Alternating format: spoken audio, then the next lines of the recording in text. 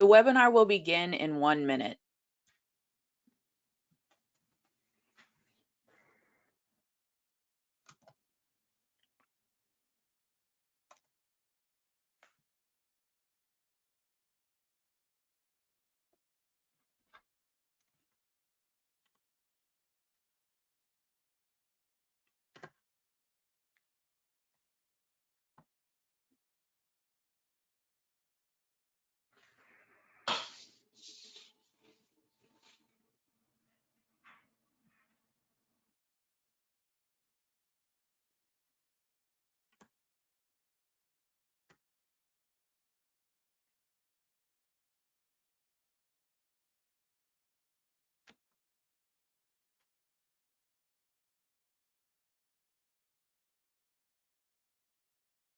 Welcome, everyone. We are pleased that you have joined us for today's webinar titled Using UTMA. The webinar will last approximately 20 minutes, and at the end, you will be given an opportunity to receive supporting materials by email free of charge to you. You will also be told how you may email questions related to today's content to the presenter. Today's presenter will be Linus Sugis. Linus is the president of Advanced Underwriting Consultants. He and his team answer tax and technical questions posed by producers every day. Linus also spent 14 years working in the home office of a life insurance company in various roles. He also started, ran, and sold an estate planning law practice in the Nashville area. Linus will draw on his legal and life insurance experience during today's webinar, and here he is. Thank you very much, Amber, and welcome everyone. I'm glad that you were able to join us after the holiday weekend. Today's webinar is titled Using UTMA, and I think for those of us who are in the life insurance business and for those of us who are financial planners, it's an important concept to kind of get our minds around. But before we get into the meat of today's presentation, let me remind you that these webinars are ones that we put on every month. They are on the first Wednesday of every month. And next month's webinar will be on Wednesday, October 4th, and the topic will be late premium dooms by self-funding. That's the topic that all of you selected last month. Again, before we get into the meat of today's presentation, let's go ahead and pick our topic for November. Hard to believe already that we're that close to the end of the year, but let's go ahead and do it. Your choices for the poll for November are, first of all, step up in basis denied for grantor trust. Second choice is Stoli, Get Spicy, and the third choice is the Aretha Franklin estate update. I'm going to go ahead and launch the poll and ask you to take about 20 seconds to cast your vote for what it is that we'll talk about in November. So go ahead and vote now.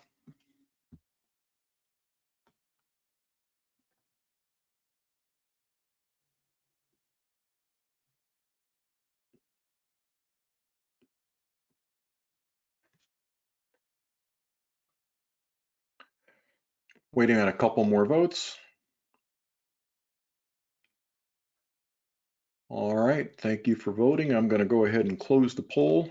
And next month's topic will be step up in basis denied for grantor trust. Step up in basis denied for grantor trust. Thank you for that. Thank you for participating, and thank you for attending our webinar. By the way, if you know of another person in the life insurance business or who is a financial professional who would benefit from the topics that we cover, feel welcome to invite them to join us in these webinars every month. We are very interested in having other attendees. We provide these topics, these webinars free of charge. All right, so let's talk about using UTMA, using UTMA. I'm going to use those terms interchangeably, UTMA and UTMA. First of all, we're going to cover briefly how UTMA works. Secondly, we're going to talk about picking an UTMA custodian. Third, we'll talk about income taxation of UTMA accounts. And finally, we'll touch on age of majority, which is a relevant topic for UTMA. That's what we'll cover in our short webinar today. Let's start with, first of all, how UTMA works. UTMA stands for Uniform Transfers to Minors Act. And uniform, it is uniform because the insurance commissioners and state legal officials got together and decided that they should come up with kind of a standard set of rules for uniform transfers to minors. And each state follows mostly the standard rules under UTMA. There are some small variations by state, which we'll get into in a little bit. But in general, UTMA is consistent. The UTMA idea is consistent from one state to another. And invoking UTMA is pretty simple. You just use the correct language in the ownership designation or in the beneficiary designation, and you create an UTMA account. Well, what is that language? Language, again, is pretty simple. It's name of custodian as custodian for name of minor under the state, whichever state you're choosing, Uniform Transfers to Minors Act. So that's either the ownership titling or the beneficiary designation. Now, some of your financial institutions that you work with may have their own pet language for this, but it's going to be something similar to what it is that you see here on the slide. So check with the company that you're working with to make sure they're going to accept whatever you give them whenever you're trying to invoke UTMA. So all of the 50 states plus the District of Columbia have adopted UTMA as of 2022. It used to be that states had Uniform Gifts to Minors Act going by the acronym UGMA.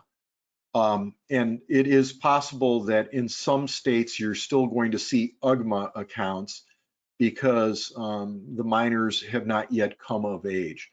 But pretty much everywhere from this point forward, you're going to be dealing with UTMA because UTMA has superseded UGMA everywhere. Why did they change? Well, UTMA is a little bit more liberal in terms of the types of investments that can be held in the account than UGMA was. There were some technical corrections as well. And so that's why every state now uses UTMA. And one point to note is that nearly any kind of investment may be titled under UTMA ownership, meaning that if the carrier will allow, life insurance or annuities can certainly be owned under UTMA ownership. And that's of interest for many of us who are on the call. When you do UTMA, you have to pick an adult custodian. And the custodian's role is much like that of a trustee for a trust.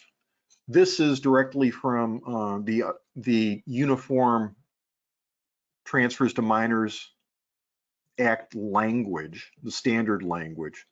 And this defines what the custodian's role is. Custodian may deliver or pay to the minor, expend for the minor's benefit so much of the custodial property as the custodian deems advisable. Doesn't have to go to court. And even if the custodian has a personal obligation to provide support for the minor, the custodian can still choose to use money from the account for the minor's benefit. And even if the minor's got other assets available, the custodian can decide to make distributions from the UTMA account for the minor's benefit. Now, that's not to say the custodian's got carte blanche on the UTMA account.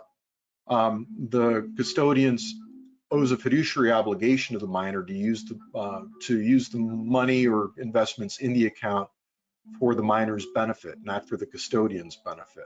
If the custodian uses the money in the account for the custodian's benefit, that's like stealing from the minor, and the custodian could potentially be liable for damages if the custodian goes down that path.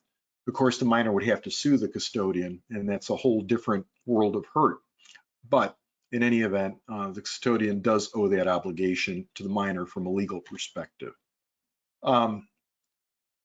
So we name a custodian for the UTMA account, which is like naming a trustee for a trust. Why would somebody do UTMA instead of putting together a trust, well, it's a lot cheaper, right? If you've got the right language, you've created an UTMA account, and all of the rules that apply to UTMA accounts will then apply to the account. Whereas if you try to create a trust, you have to put together a trust, pay a lawyer to do that, and it's much harder, much more of a hassle than it would be to create an UTMA account. You can name a custodian. You can also name a contingent custodian. It's also possible for the donor to the UTMA account to pick another custodian if the first custodian resigns. But you want somebody who's good with money, someone who's honest and can be trusted to act in the best interest of the minor beneficiary. We often get questions about taxation of UTMA accounts. And really the principle that's important to know is that whatever is owned by the UTMA account, it doesn't really have special status other than any tax result that's associated with the UTMA account is taxed to the minor, just as if the minor had owned the underlying asset or created the taxable event their own self, right? So if, for example, there's an annuity owned by the UTMA account and the custodian takes a distribution from the non-qualified annuity and uses the distribution for the minor's benefit, the distribution is taxed gain first, generally to the minor. We'll talk about the exception in a second, but taxed to the minor. And because the minor is younger than age 59 and a half, generally the penalty tax would apply to taxable distributions. And so that's the way UTMA works. There's no special tax deferral in UTMA accounts just by virtue of the fact that the account is UTMA titled. Now, because what happens in the UTMA account is taxed to the child, the kiddie tax rules potentially apply.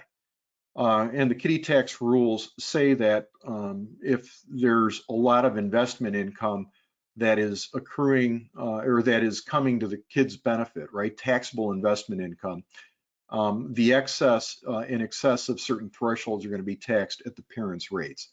That threshold's $2,500 in 2023. If investment income is below 2,500, it's either going to be taxed at a 0% rate or at the kid's 10% rate. Anything in excess of that is going to be taxed at the parents' marginal rates. And here's a quick example of that. Let's say that a kid has taxable income of $2,900, no other income.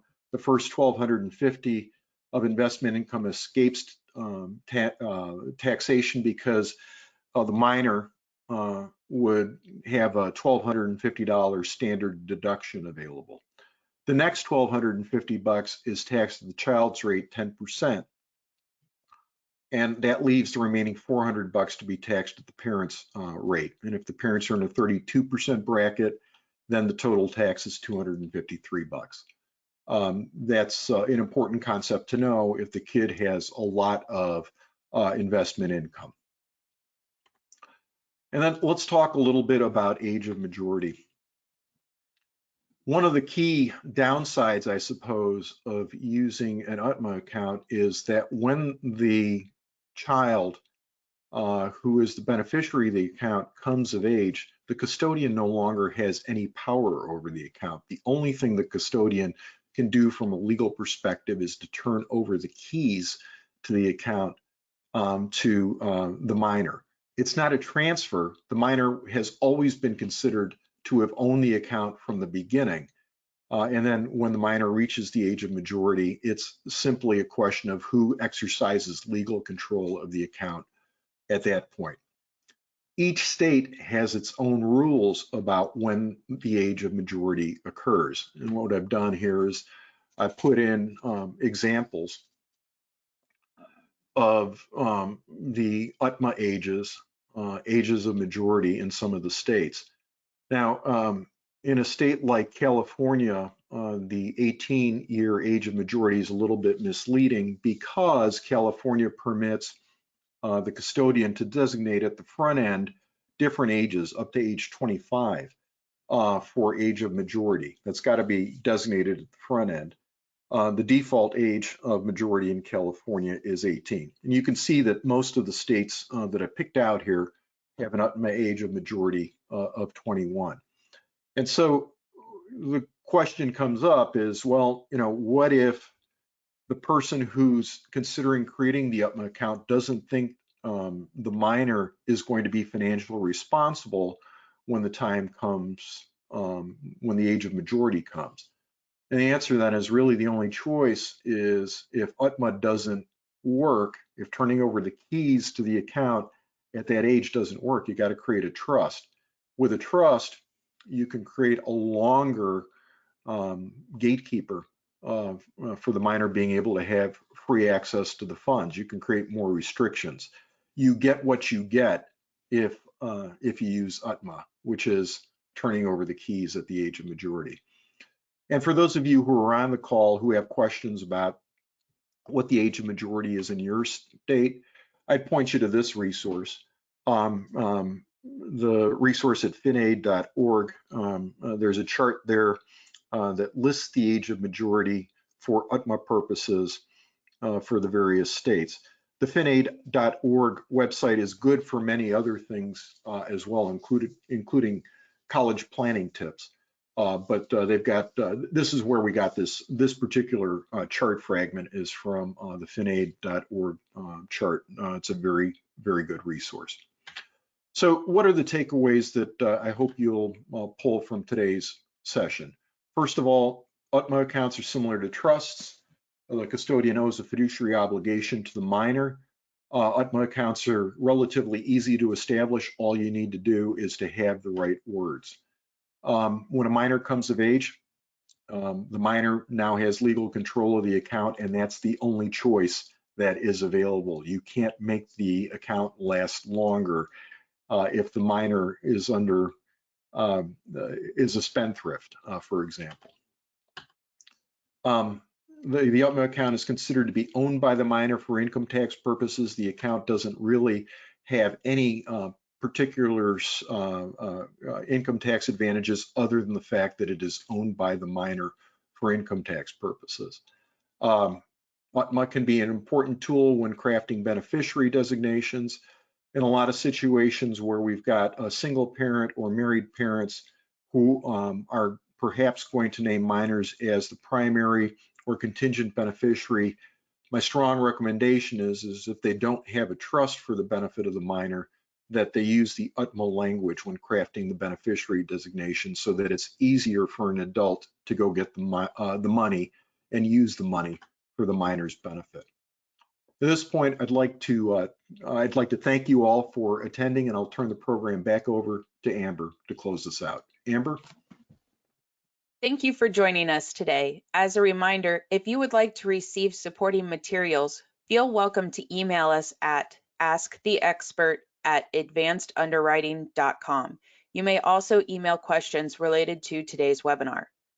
Feel welcome to join us for the next webinar on the first Wednesday of next month, October 4th, at this same time.